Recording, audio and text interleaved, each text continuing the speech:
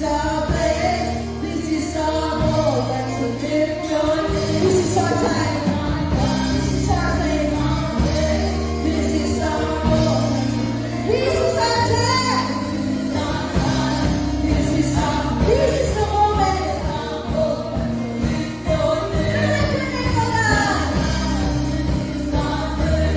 This is our moment to lift your name.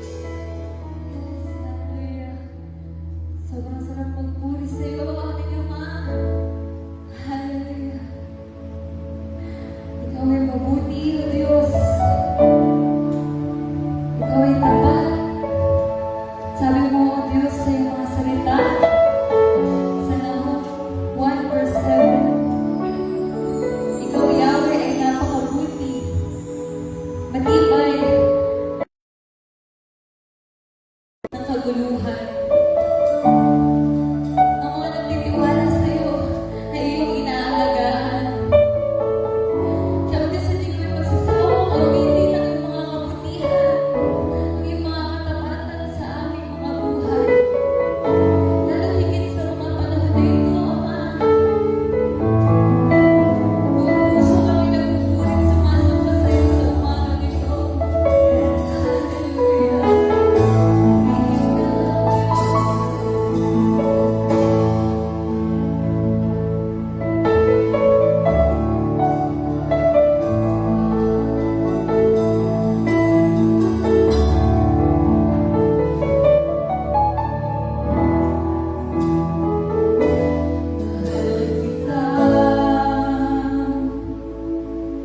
Walang hanggan iyong biyaya, buong buhay, hawak mo sa iyong kamay.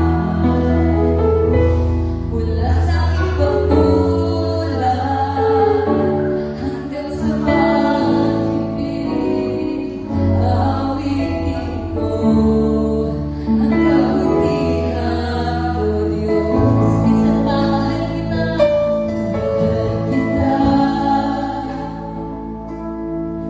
Walang hanggan iyong biyaya, buong buhay, hawak mo sa iyong kamay.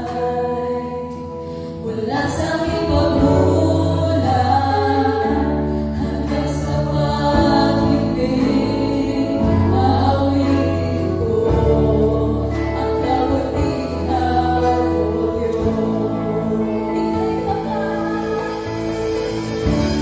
Ika'y naman sa habang buhay, ika'y mabuti, ika'y mabuti at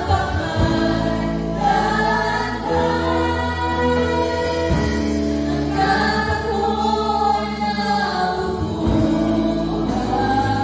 awitin ko ang kabutihan mo, Diyos.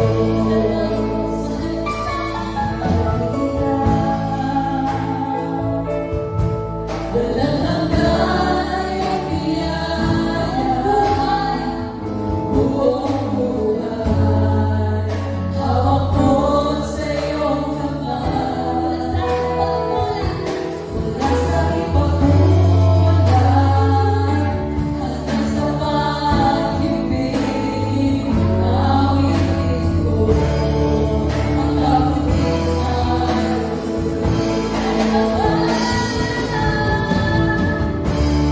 Ika'y naman sa habang buhay, ika'y mabuti mapagmahal hanggang ako'y nabubuhay, awitin ko ang kabutihan mo.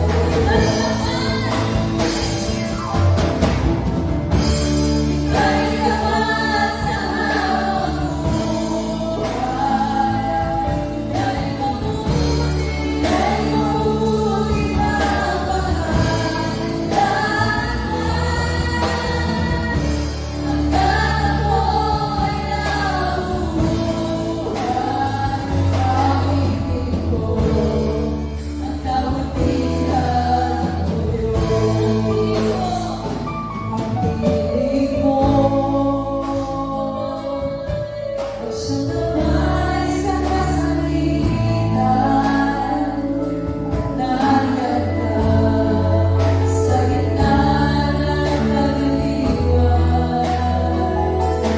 Kaya't ika'y bilang, huwag mo sabihin naman, ako'y buhay, ang kabutihan mo,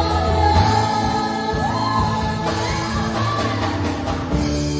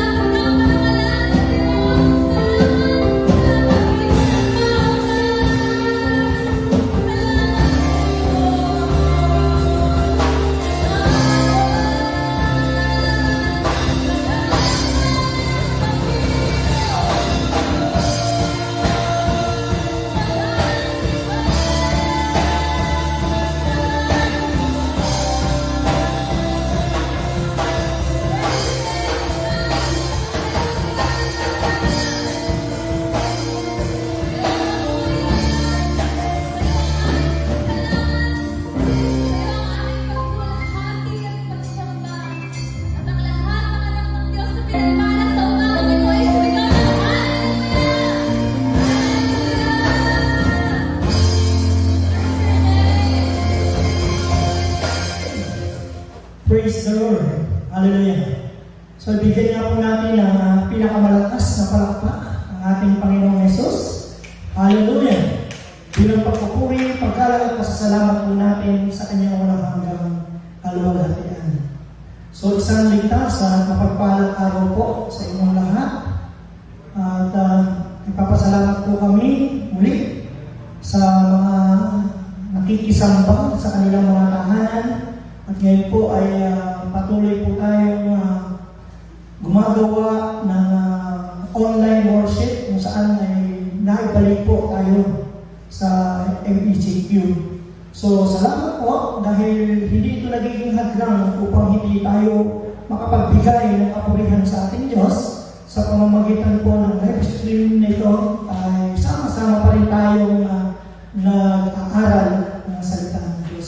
Ngayong umaga ay pag-uusapan po natin ang patungkol sa mabungang Kristiyano. Pero bago po yan, tayo po ay magpasimula. Manalangin. Mapagpahalang Diyos na aming Ama sa langit. Nagpapasalamat po kami sa patuloy mong pagliligtas sa amin, sa aming mga mahal sa buhay, at higit sa lahat sa pagtulong mo sa aming bansang Pilipinas, kung saan, O Diyos, ay patuloy kaming dumaranas ng kahirapan sa pandemya ito. Salamat po sa magpagpala mong kamay sa patuloy mo pong pagkabay sa bawat isa sa amin. Tulungan mo po patuloy maging ang bawat panambahan na ngayon ay nagdiriwang ng kanilang pagsamba sa pamamagitan po ng live stream dito. Pagpalain mo rin ang mga nanonood, nakikisamba sa amin, maging nasa bansang Pilipinas o nasa sa ibang bansa. I-bless mo po ang araw nito at maging makapangyarihan ang mga salita mo upang makapagbigay kalakasan sa bawat isa sa amin. Pinupuri ka namin at pinasasalamatan. Ito God be the glory. In Jesus' name. Amen. Amen. Okay, pagpatuloy natin si Lord. Hallelujah.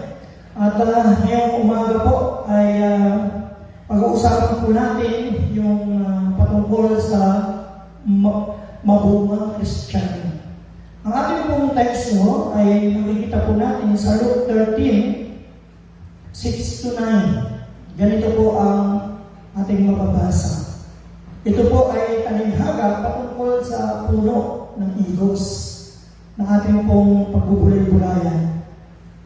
Sabi po dito sa verse 6, sinabi sa kanila ni Jesus ang talinghagang ito, may isang tao na may puno ng igos. Sa English po, ang sabi doon, fig tree. Sa kanyang ubasan, minsan, tinignan niya kung may bunga ito. Ngunit, wala siyang nakita. Sa verse 7, kaya sinabi niya sa tagapag-alaga ng ubasan, 3 taon na akong pumaparito at naghahanap ng bunga sa puno ito. Ngunit wala akong makita. Putulin mo na, nakasisikip lang yan. Sabi po sa verse 8, ngunit sumagot ang tagapag-alaga, huwag po muna natin putulin sa taong ito. Huhukayin ko at palilibutan ng pataba at bubungkalin. Sa verse 9, kung mamunga po ito sa darating na taon ay mabuti. Ngunit kung hindi, putulin na natin. Sa mga huling araw, kapatid, ang hahanapin po ng Diyos sa atin bilang mga Kristiyano ay yung ating mga bunga. Sabihin mga sa katabi mo, bunga. Yan, bunga. Ang tanong, namumunga ba tayo? Lumalago ba o hindi? Sabi po sa John 15 verse 2, He cuts off every branch in me that bear no fruits. Napakaliwanag po nung pagkakasabi ng Panginoong Hesus, pinuputol niya ang bawat sanang hindi namumunga. Bakit? Sapagkat ang pamumunga po ay isa sa pinakamahalagang batas sa kaharian ng Diyos. Kung tinignan po natin, yung pong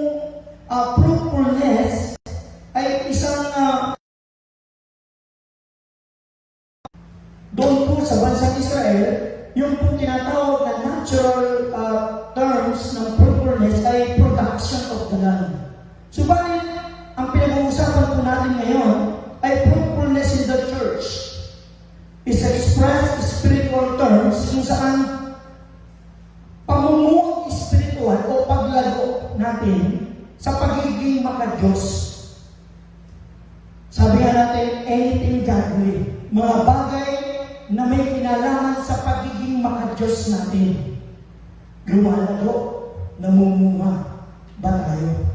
So ngayong umaga, pag-aaralan po natin ang isang parabola. Ito nga po yung parabola kung saan makikita po natin na mayroong ibinibigay ng mga benepisyo o benefits po ang ating Panginoong Jesus kung paano tayo magiging mabunga. Okay. So, kung titignan po natin, ayaw ng Diyos ang punong hindi namumunga. Ayaw ng Diyos ng mga Kristiyanong hindi lumalago. Ayaw ng Diyos ng mga Kristiyanong hindi nagpapatuloy. Dahil ang pamumunga ay isang batas sa kaharian ng Diyos. Sabi po doon sa Psalm 1 verse 23, ang katulad natin isang punong kahoy sa tabi ng batisan. Sa liwa ang dahon na mumunga sa kapanahonan. Ano man ang gawin na katitiyak na magtatagumpay. So ibig sabihin, nagpapatuloy ang masaganang pagpapala ng Diyos habang tayo namumunga. Habang tayo lumalago sa ating buhay espiritual. Ito kasi ang maganda, kapatid. Kung tayo lumalago, kung tayo namumunga, nakapagbibigay kaluguran tayo sa Diyos at nagpapatuloy ang masaganang biyaya at pagpapala ng Diyos sa atin. Grow and fruitful, ito po yung equivalent ng love and blessing ng Diyos. Kapag lumalago ka, namumunga, pinakikinabangan ng Diyos yung buhay natin, ang katumbas po nito ay pag-ibig at pagpapala ng Diyos. Sabi po sa Hebrews 6 verse 7, pinagpapala ng Diyos ang lupang matapos tumanggap ng masagarang ulat ay sinisibulan ng halamang pinakikinabangan. So napakaliwanag po, no?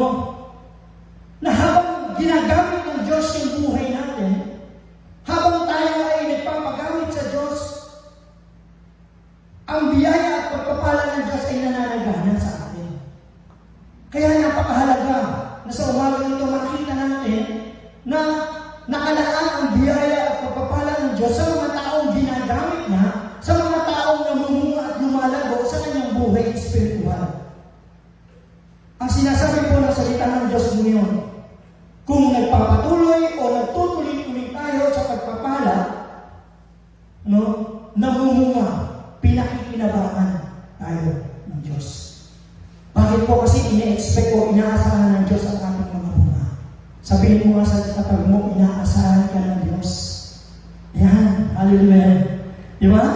So, inaasahan ng Lord na pagkatapos natin tumanggap sa Kanya, na pagkatapos natin mabago ang buhay, na pagkatapos natin maging bagong nilalang, ibig sabihin magsisimula tayo mga mababago, magkakaroon ng bago sa ating mga buhay.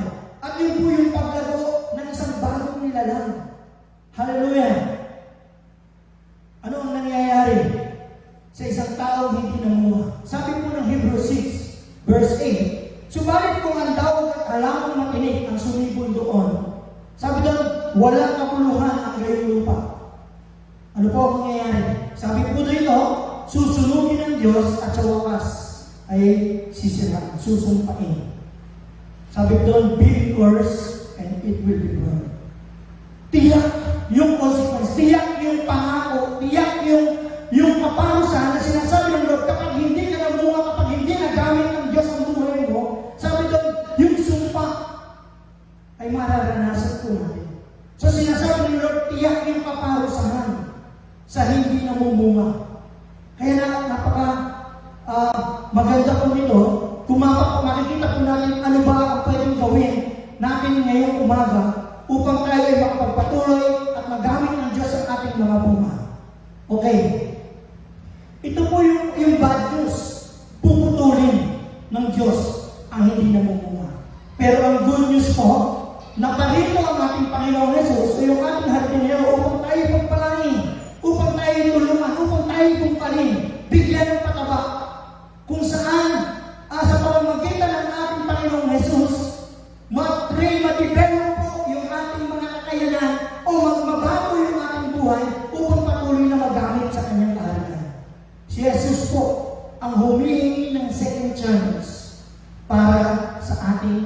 o para sa ating lahat upang tayo makapunuha.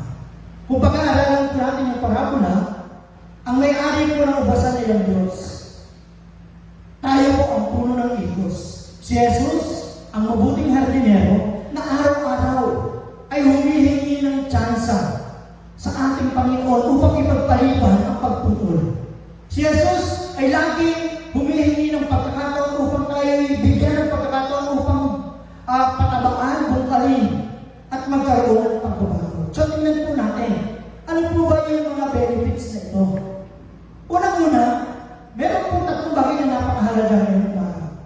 Number one, yung pong favor or privilege. No, tingnan po natin, napakarami pong pakinabang, napakaraming pabor na ibinibigay ang Diyos sa atin upang tayo ay makapamunga as a Christian.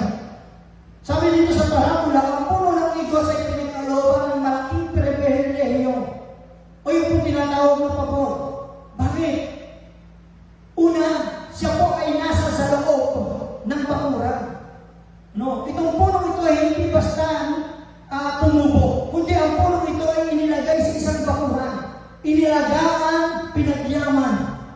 Kung saan ang punong ito ay dinidilig, pinapatawan araw-araw. So bilang mga anak ng Diyos, sinasabi po natin na tayo ay pinagpala. You are so much blessed because ang sabi po ng 1 John 1:12, ang sabi doon sa John 1:12, He gave the right to become the children of God. Ito po yung napakalaking pribilehiyo nang sinasabi po ng John 1:12, tayo po ay pinapaging anak ng Diyos. At kaya ina-expect ng Diyos, matapos tayong maging anak, yung bunga, yung magiging bunga po natin. Kaya ang sinasabi ko, binibigyan tayo ng Diyos ng talento, binibigyan tayo ng Diyos ng lakas, binibigyan tayo ng Diyos ng mga pinag-aralan, binibigyan tayo ng Diyos ng trabaho, binibigyan tayo ng Diyos ng negosyo, binibigyan tayo ng Diyos ng kabuhayan, karanasan, binibigyan tayo ng Diyos ng pamilya. Pero ano po ang point? Lahat ng ito, privilege, lahat ng ito, favor, bahagi ng mga pagpapala at biyaya ng Diyos sa atin. Ngayon ang tanong, sino ang napaparangalan sa mga pribilehiyo ito? Sino ang nagbibigyan natin ng parangal sa mga buwan ito? Hello? Kumisan, hindi po natin makita, hindi po natin ma-appreciate, no? Yung mga pagpapala at mga pribilehiyo ito ng Diyos, kapatid. Halimbawa po, sa panahon ito ng lockdown, hindi natin makita yung provision ng Diyos. No? Hindi natin makita yung pagliligtas ng Diyos sa atin. Parang neutral lang sa mga buhay natin. Alam niyo, sa bawat araw, libo-libo na dadagdag sa mga cases po. Kung saan yung pong sakit na ito ay napakatindi. Pero napakalaking pribilehiyo, napakalaking pabor na maranasan natin bawat araw yung divine protection ng Diyos sa atin at sa ating mga pamilya. So dapat pinapasalamat po natin ito. Kung minsan kasi pakiramdam po natin, parang kulang tayo. Parang hindi natin maabot ng Diyos. Parang walang kabuluhan. Pakiramdam natin kung minsan parang tayo yung mga halamang nakatayo doon sa natutuyong batisan. No? Subalit ang daan po natin sa panahon ito na wala ng pag-asa, sa panahon ito ng disaster, sa panahon ito ng pandemya, kapatid, tandaan po natin, ano po ang sinasabi? Hindi tumitigil ang ating Panginoong Hesus upang tayo tulungan, upang tayo bigyan ng pag-asa, upang tayo bungkalin, diligin patabaan, at upang tayo mamunga, kapatid. Hallelujah. Kuminsan pakiramdam mo, parang ayaw mo na. Pero tandaan mo, kapatid, nandiyan ang Panginoong Hesus upang tulungan tayo, palakasin sa bawat araw, upang tulungan tayo lumago sa ating pananampalataya. Hallelujah. Number 2, yung tinatawag po, ano po yung benefits? Number 2, yung opportunity. Pakisabi nga, opportunity. Ano po yung sinasabi ko? Lahat tayo binibigyan ng Diyos ng pagkakataon. Kumamabasa po natin dun sa verse 7, sabi diyan, 3 taon na akong pumaparito. Sabi diyan, at naghahanap ng bunga sa punong ito, ngunit wala akong pakita. Sabi diyan, putulin na natin.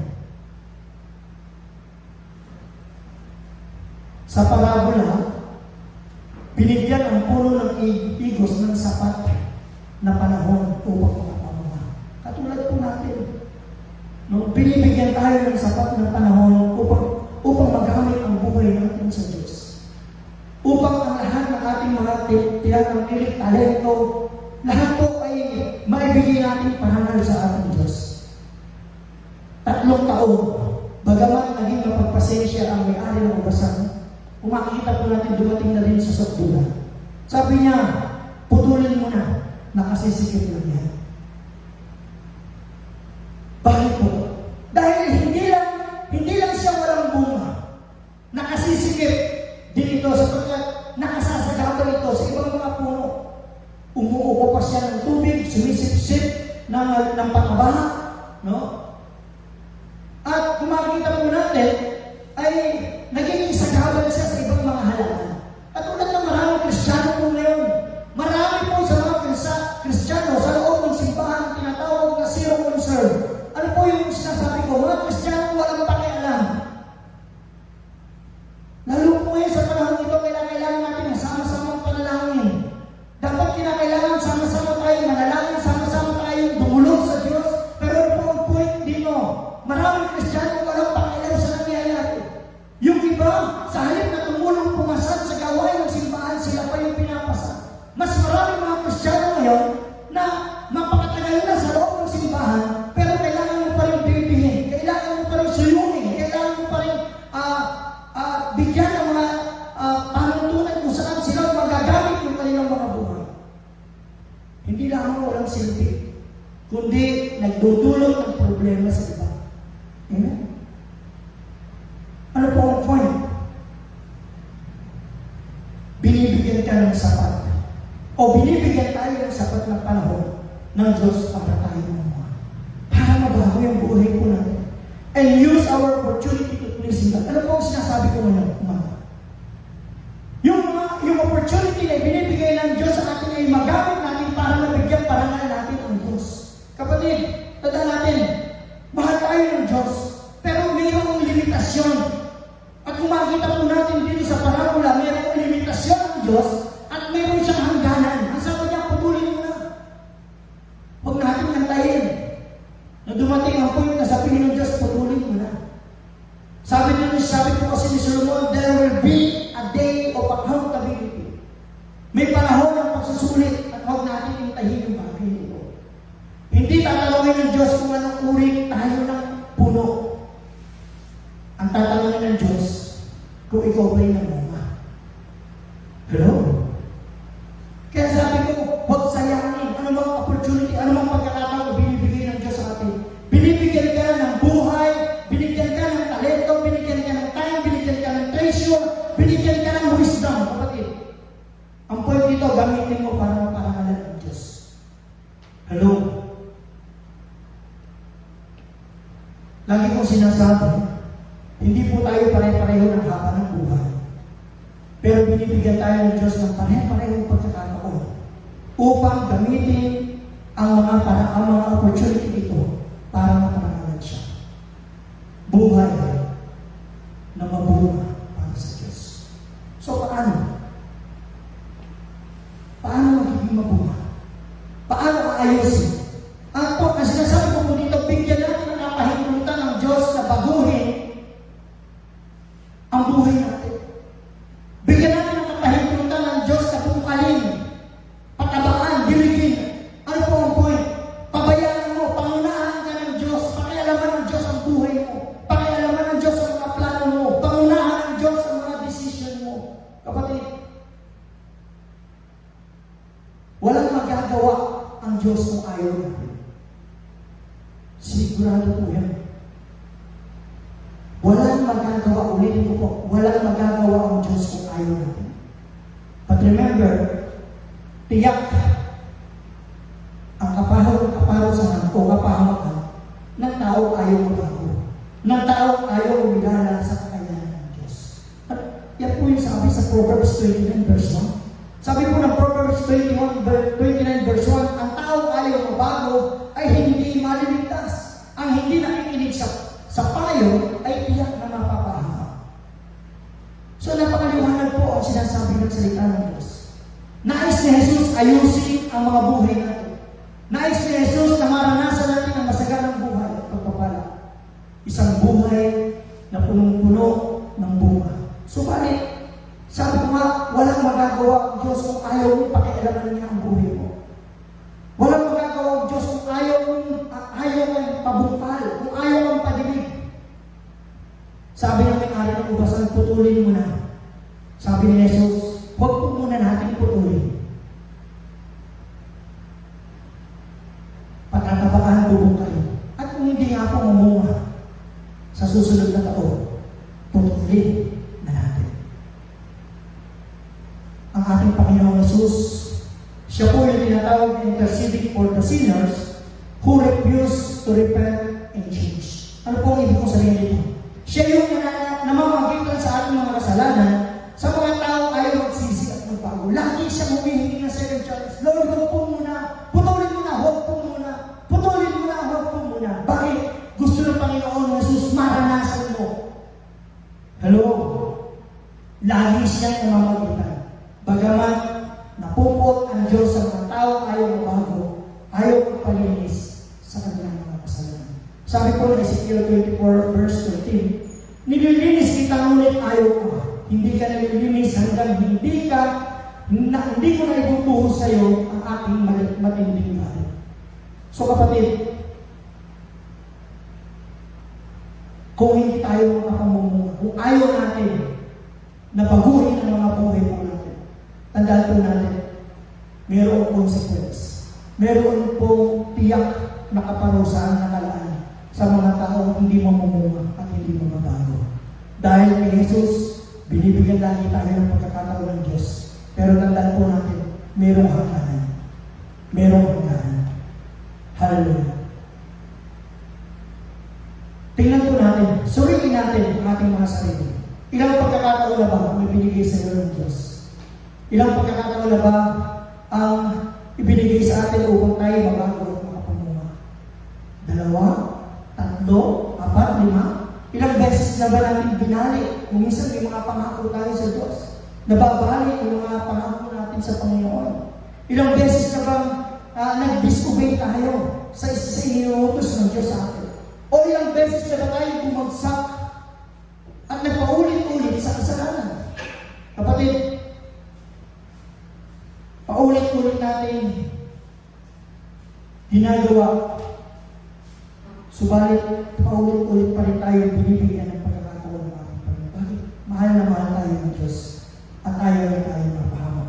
Sabi po sa Mark 2 verse 17, hindi nangangailangan ng manggagamot ang mga sakit, kundi ang mga sakit. Kaya ang Lord, lagi na tayo gustong bigyan ng pagkakataon upang tayo gumaling, upang tayo magkaroon ng panibagong buhay. Si Jesus ay yung ating mediator, tagapamagitan, tagapagtanggol, kung saan laging nakikiusap para sa atin. Ngunit, tandaan po natin, may hangganan din ang kanyang pagtatanggol sa atin. Kung namunga po tayo sa darating na taon na po, kung hindi, sabi ni Jesus, putulin na natin. Wala nakakaalam kung ano ang mangyayari bukas. Maiksi lang po ang ating mga buhay.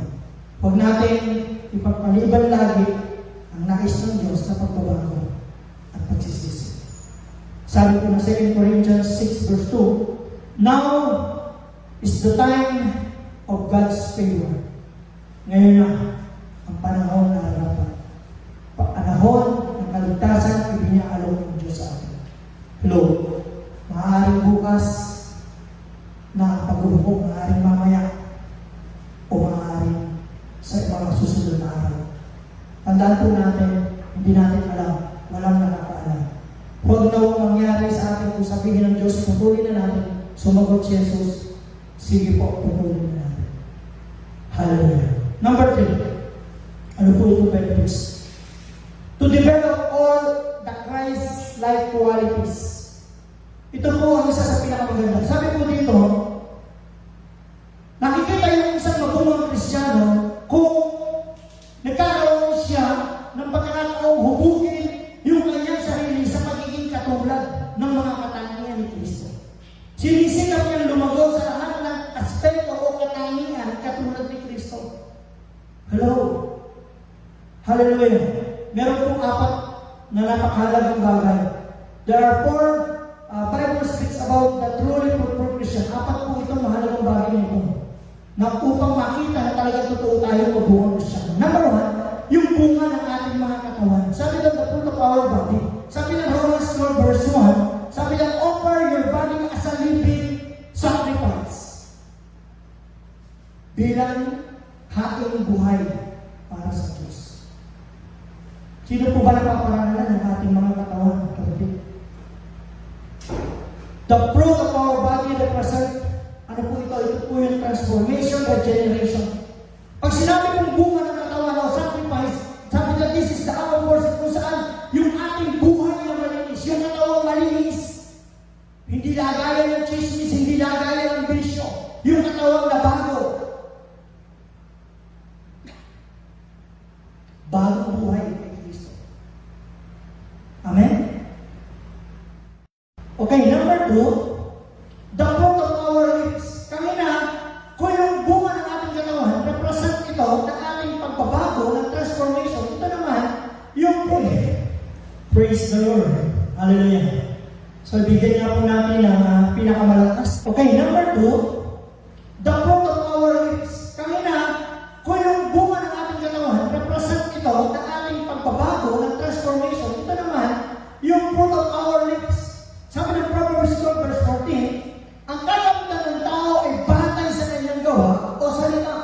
Pag sinabi pong fruit of our lips, ito po yung represent ng ating mga salita.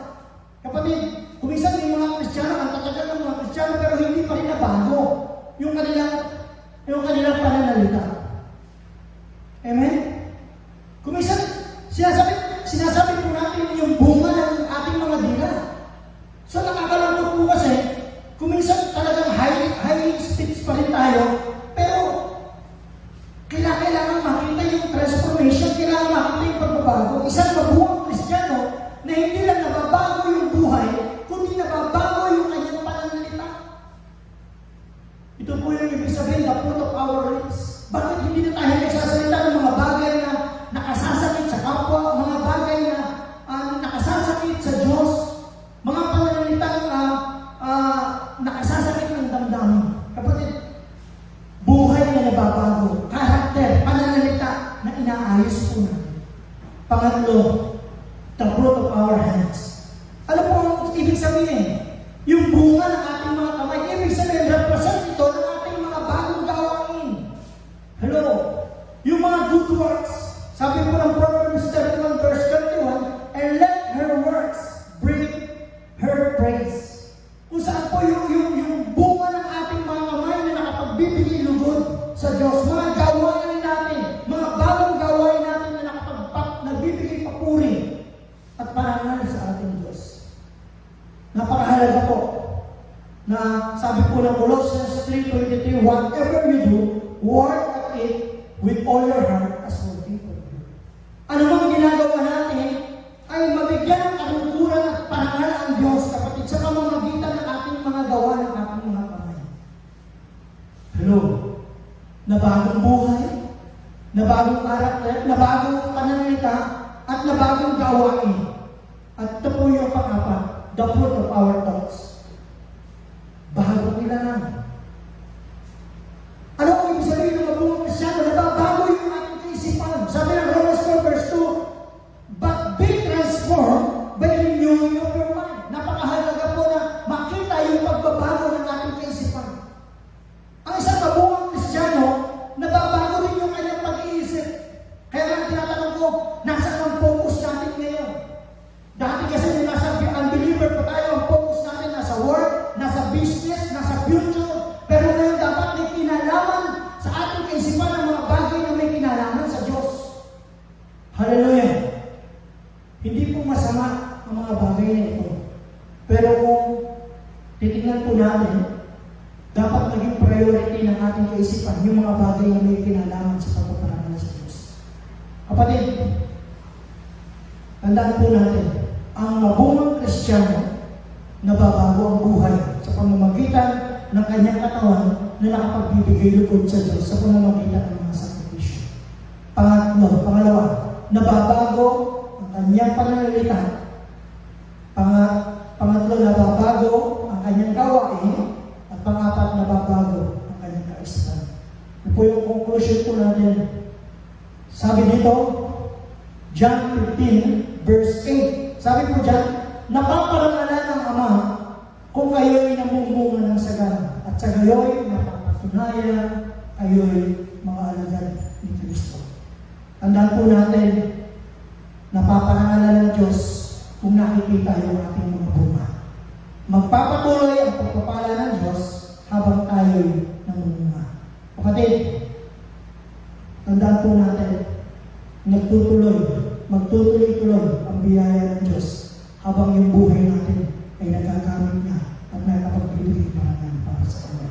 Purihin po natin ang Diyos sa umagang ito at tayo po ay magpasalamat muli at manalangin.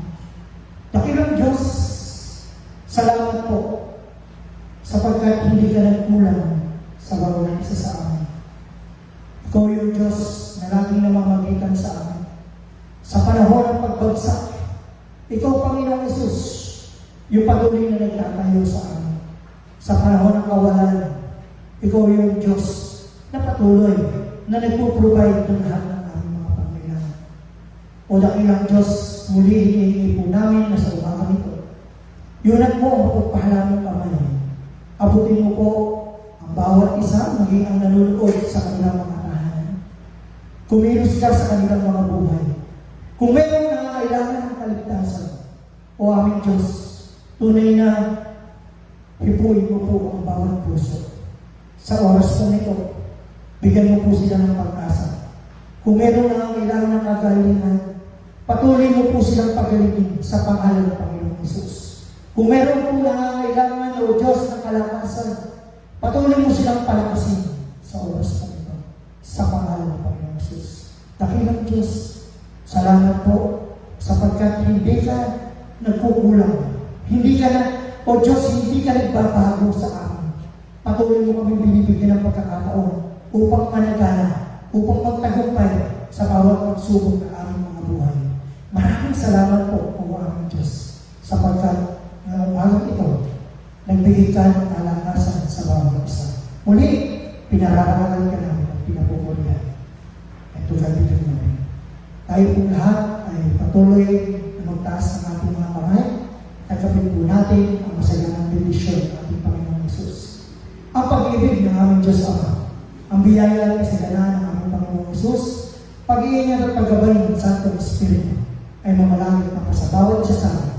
Ngayon at magpakailanman, ang lahat po ng anak ng Diyos ay magsabi na Amen. Amen. So, isang magandang umaga po muli at tayo po ay magsama-sama sa susunod na linggo sa ating pong pagsamba sa pamamagitan po ng ating ministry. Purihin ang